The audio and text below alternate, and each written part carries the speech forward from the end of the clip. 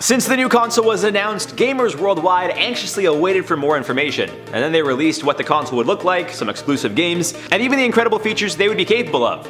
Yet people still had no idea how much it would cost or when the PS5 would be available. Finally, after months, even years of speculation, Sony confirmed all the details regarding their new flagship console, the first to be released since the PS4 dropped back in 2013. And within hours of the console's release, it was sold out. Fast forward to today, with the console being available for a month now, and odds are you still don't have one. Don't worry, you're not alone. I don't have one either, but that's because I'm more of an Xbox guy. On a more serious note, it seems there are plenty of reasons as to why it's so tough to get a PS5, even though the consoles have been available for a month's time. I'm gonna tell you guys all about it, but before I do, make sure you guys smash that like button, otherwise you won't get a console before the new year. No guarantees if you hit the like button that you will, but just do it anyways. So the most obvious answer is that there is much more demand than there is supply. It seems everyone and their grandmother wants the console. Why there is so much hype for the PS5 over the Xbox, I couldn't tell you, but it seems the majority of people online and even in the studio here are Team PlayStation, and to no surprise, that's made it much tougher to get your hands on one. Not to say that the Xbox is any different, as that too is sold out worldwide. So how does this happen? It's not like Sony didn't know people were hyped for the new consoles, and after 7 years of waiting, you'd think they'd be able to get it together. But yet again, Sony disappoints. All kidding aside here, the whole world shutting down due to the pandemic is certainly to blame for the lack of supply. Although Sony claimed it wouldn't affect production all that much, Jim Ryan, CEO of Sony Interactive Entertainment, would eventually admit that it was incredibly tough to design the console, given that a lot of it was done remotely through a webcam. While speaking with Russian news agency TASS, Ryan explained, I quote, "We had to do all the manufacturing preparation by camera remotely. And now he's, I quote, spending a lot more time trying to increase supply to meet that demand." He went on to say that the actual manufacturing of the console was challenging from the production side, but he also claimed that the amount they were able to produce wasn't so far off their initial mark prior to the pandemic affecting things the way they did. He said, I quote, "The way we took it to market might have been a bit different, but the actual product would have been the same. We might have had a few more to sell, but not very many. The guys on the production/manufacturing side have worked miracles." I mean, have they? Because there are still tons of people without consoles who are more than willing to spend 500 bones on one.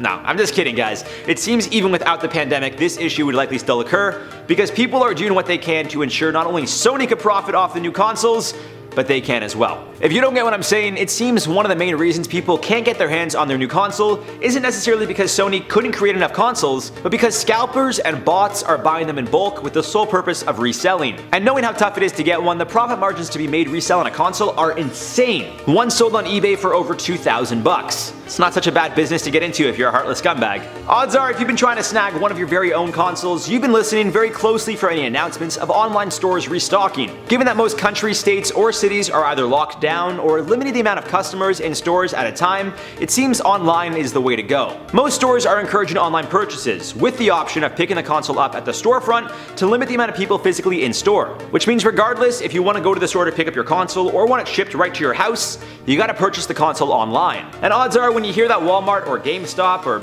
even the PlayStation Store is set to restock at 12 a.m., you're on the computer 10, 15, maybe even an hour before, consistently refreshing the page in hopes of being one of the lucky few to get the console in your cart and not have the site crash as you're checking out. It seems there are multiple hurdles to get over, because numerous people have been able to secure a console in their cart, but when they try to pay for it, they get an error message saying the console is no longer available. How does that make any sense? Well, it seems the robots and technology are working together and against us humans. Kinda. As previously mentioned, scalpers are the main culprit here, but it's not necessarily the scalper that's sitting by the computer, refreshing the webpage, trying to put as many PlayStations in their cart in hopes to resell and make a profit. Instead, the majority of them are actually using bots, who work much faster than us humans do. Scalper bots are nothing new, and first came to prominence about 10 years ago, with most scalping concert tickets or sports tickets, and even exclusive shoes like Yeezys and Jordans. In 2016, the United States passed a federal law to prohibit scalping tickets, although it was already prohibited in a handful of states for years. Online retailers are a different story, and technically what they're doing, although frowned upon and morally wrong, it's not illegal. When the pandemic first started, some people were using bots to buy household essentials such as sanitizer and toilet paper with the intentions of reselling at a higher price to make a profit. Yes, during a pandemic. people really are the devil in disguise. A Walmart spokesperson explained, I quote, "Given bot scripts are constantly evolving and being rewritten, we've built, deployed, and continuously update our own bot detection tools that allow us to successfully block the vast majority of bots. Online volume has already been high this year due to COVID, and the release of next-gen consoles is creating traffic volume and patterns that have never been seen before." And it's believed that other retailers such as Target and GameStop also have their own preventative measures in place to reduce the amount of scalping taking place on their online stores.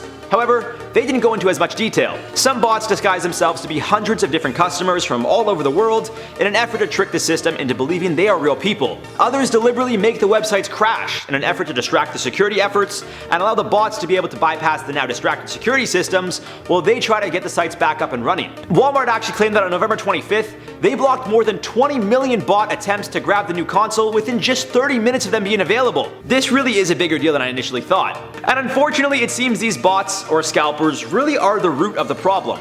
On one side, you have these companies who are trying to limit the amount of reselling that goes on by not only implementing cybersecurity systems, but also limiting the amount of consoles they release regularly. For example, if a Walmart has 1,000 consoles available, they may only release 500 one week and then wait until the next week to release the next 500. This way, everyday customers have more opportunities to buy the console at retail price, and it gives scalpers a harder time buying in bulk, whereas if they sold all their stock in one night, it seems the scalpers, or their bots, would have the upper hand. On the flip side, another reason why this is a problem is because there is such a market and so much money to be made. Given that people are willing to pay double, triple, and even quadruple the amount that the console is actually being sold for at retail price, why wouldn't scalpers continue trying to snag as many consoles as possible to make a profit? Now this is a tough situation, because some people may be willing to pay $1,000 for the console, or have so much money they don't even care what it costs them. For others, even the retail price is a hefty tag, especially during our current circumstances. But still, there is obviously a market, and that is what's enabling the scalpers in the first place. If a scalper bought 5 consoles for $2,500 total and couldn't turn much of a profit, odds are they wouldn't continue doing what they do. All in all, it seems there are a few reasons as to why it's been so tough to get a PlayStation 5, even though there have been numerous dates where online retailers were able to get more stock of Sony's latest console, only to have them sell out within minutes. Aside from the scalpers, who appear to be the main reason as to why it's been so hard, the demand in general exceeded expectations, or so it seems. Aside from this, with the pandemic, which no one could have predicted would have happened in the first place, nor that it would last as long as it has, certainly took its toll on the production side of things. Clearly there are numerous factors as to why it's been so hard to get the consoles, which even includes websites simply crashing due to the amount of traffic it receives from people eagerly trying to buy the console. However, again, that could also be traced back to the bots and scalpers, who are either pretending to be hundreds of different people, which could crash a server on its own, or by deliberately crashing the servers to bypass security. That being said, even though there are claims more consoles won't be available until 2021, it seems online retailers such as Walmart and GameStop are finding ways to restock. So be sure to keep an eye out for when your local shop or corporation will be announcing the midnight restock of the console. However, it seems yet another issue regarding these restocks is being lucky enough to get through to buy the console. Even with companies giving people advance notice of when the restock will be available, it seems next to impossible to get through to checkout due to the high volume of people hoping to get one.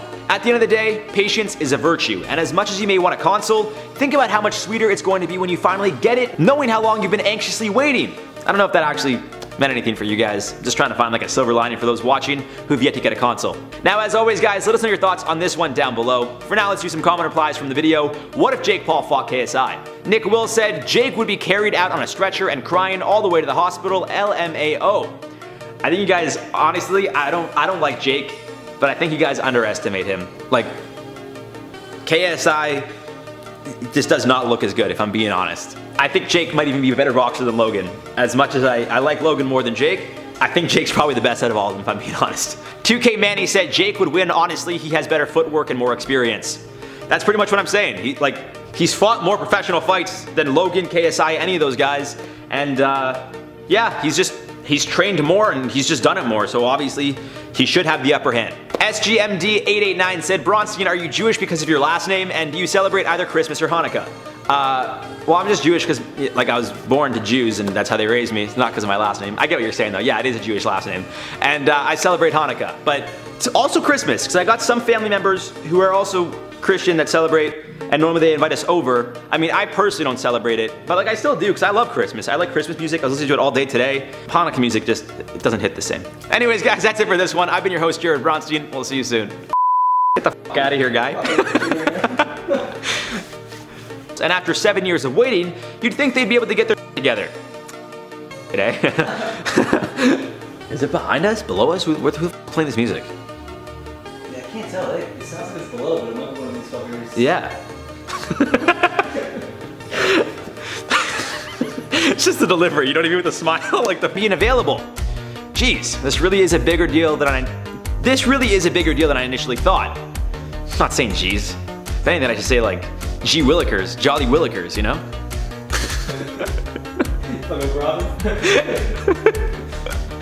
Gosh, jolly! This is a bigger deal than I thought!